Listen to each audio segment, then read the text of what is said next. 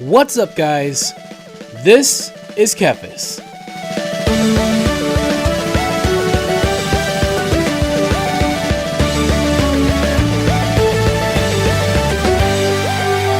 In this video, I am going to showcase some new macros that I have created for World of Warcraft using a mod called GNOME Sequencer Enhanced. This mod allows you to create extremely powerful macros that can perform most, if not all, of your rotation with a single button. This can be extremely useful for individuals like myself who has a disability, or for people who just want to be lazy. So keep in mind that these macros are created primarily for those who are playing the game at a more casual level, but feel free to use them and alter them as you see fit. If you have further questions about the mod or my macros, I recommend checking out my FAQ video, and if you'd like to learn more about how to play the class in question, you might want to check out my crash course. It can help get you started, and I will provide links to all of these things in the description below. So today we're going to check out the macro that I've created for Elemental Shamans, and Elemental Shamans in the past have always given me a challenge to macro, but now they're pretty straightforward and pretty easy to macro. With the help of a couple modifiers, I've pretty much been able to include every ability in the macro and most of the talents as well. So let's get right into it. We'll type /GS, /GS to open up GNOME Sequencer. Ignore a lot of these macros, they're experimental. We're going to go look at the one that you will be importing, which is Kef Elemental, Single Target, and AoE. We do not have separate macros for those now. It's all in one. So we'll go right over here and we'll take a look at it. So first things first, if you hold down Control, the macro will use Frost Shock. So that way, if you're in a situation where you need to be moving and you need to be casting something, you can just hold down Control. The macro will use Frost Shock. Also, for the Ice Fury talent, you can now use Frost Shock through the macro by holding down Control, which is really nice. You don't have to cast it on a separate button now. It's pretty straightforward and pretty easy.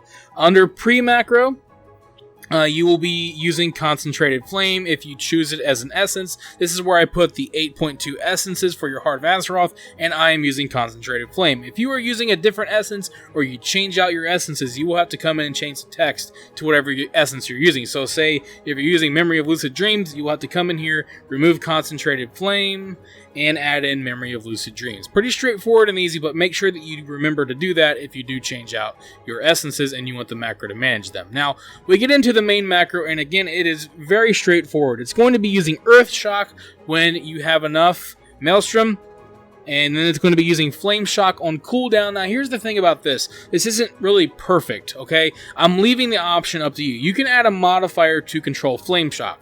The reason for this is because the cooldown of Flame Shock will reset much faster than your need to refresh Flame Shock. The macro is simply going to use it whenever it can, and that's going to use up more global cooldowns than you need to on an ability like Flame Shock. So that's kind of the dilemma here. I thought about maybe pairing it with another ability, but that wasn't working out perfectly. And then I thought about maybe just adding in a modifier, and that's what I would generally recommend if you want to try to control Flame Shock more and not use it too much.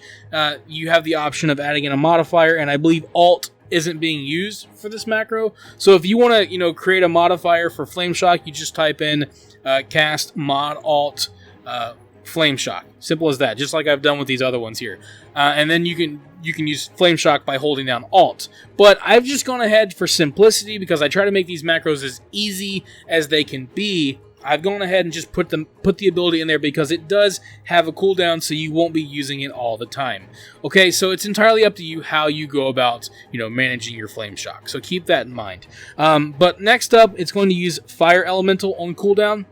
I thought about putting Earth Elemental in the macro. You can do that if you want to. It's easy. Just cast Earth Elemental, and then your macro will summon Earth Elemental as well. But I chose not to do that because it is a DPS increase, I guess, but it's also kind of a defensive ability. And if you're using Primal Elementals, I believe if you were to summon out your Fire Elemental and then summon out your Earth Elemental, then that would override the Fire Elemental. I think that's how it works. I didn't want to risk putting it in there, so it's entirely up to you how you go about using Earth Elemental, but the macro will always use Fire Elemental on cooldown, so keep that in mind. Lava Burst is next. The macro will use that one, and then if you've chosen Elemental Blast as a talent, the macro will use that. And then we've got Liquid Magma Totem, If you've chosen Liquid Magma Totem as a talent, the macro will place that totem at your feet. That's how I have it set up here at player, because it is a target location ability, but it's a ranged target location ability, so it works out really well. The ability will spew fire at your enemies that are in range. So it's really easy to use, easy to macro, and I was happy that I could actually include that one. Next up, if you've chosen Ice Fury, then that will also be included in the macro. It will use that ability on cooldown, and then it will leave you to hold down control to use Frost Shock to follow that up. Now, last line is a modifier. If you hold down shift, then the macro will use Chain Lightning for AoE situations, and then when you don't hold down shift, you just use the macro normally. The macro will use Lightning Bolt for single target filler. So that's exactly how the macro works. It puts those abilities last because they are filler. Otherwise, the macro will use your abilities on cooldown or when you have enough resource for them. It's pretty straightforward, and you are free to customize it as you see fit. Now, the last line, well, the last section, I should say, is key release. If you have Stormkeeper, the macro will use that, but if you choose Ascendance, then the macro will use that. Pretty straightforward stuff. Now, there are a couple of talents that we can go over here. Like you saw, the macro will pretty much use all of your talents that you can add as abilities, but the only one that I chose not to include is Totem Mastery, and that's because in the past I have included Totem Mastery in the macro, but I just didn't like how it felt, because either I was refreshing Totem Mastery too much, or I had it set up where I would only use Totem Mastery once at the beginning of the encounter, but then I would need to refresh Totem Mastery often anyways, so I just felt like it was a lot easier for me to manage Totem Mastery on a separate button. They last for 2 minutes unless you're moving around, so I don't really feel like it's a big deal for me to just, put that on a separate button and manage it accordingly, so that way I have better control over it. And of course, you could always use a modifier. If you're not going to use a modifier for Flame Shock, you could always use a modifier for Totem Mastery, and that would be pretty easy to do as well. So just mod alt Totem Mastery. So that's an option for you as well. Keep that in mind.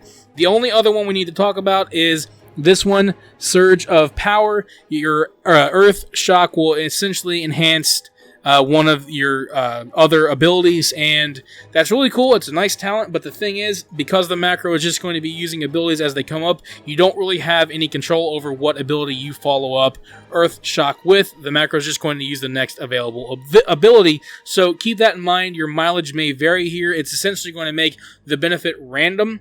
So if you don't like that, I kind of had the same problem with Brewmaster Monks with Blackout combo. Kind of the same idea. It's easy to use. It's going to work in the macro, but you're going to get a random ability that's going to follow up your Earth Shock. So do keep that in mind. And that's basically everything you need to know about these macros and how they work. Remember, these macros work best when they are spammed. So either press the button as fast as you can or use a rapid fire button, which is fair game as long as you're the one pressing the button.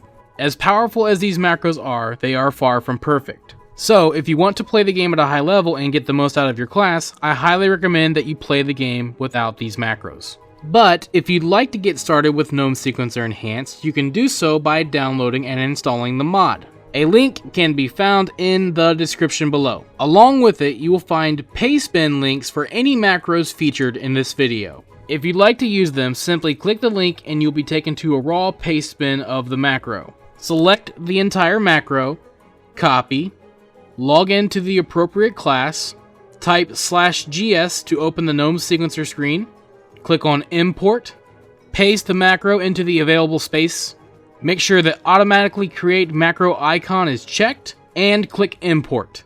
You can now drag the icon to your action bar and the macro is ready to be used. If you followed all the steps correctly, the macro should be working fine. If something isn't working, start over and make sure that you follow all the steps correctly. If you are having further issues, I recommend that you check out the mod page or contact the mod's author for more information. Thank you for watching this video.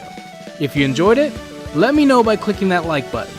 And feel free to share it with your friends so they can enjoy it as well. Don't forget, you can subscribe to the channel and click on the bell icon to be notified as soon as new videos are posted. You can also follow me on Facebook and Twitter, and if you'd like, you can support this channel on Patreon. Links to all of this can be found in the description below. This is TheKephas. Until next time.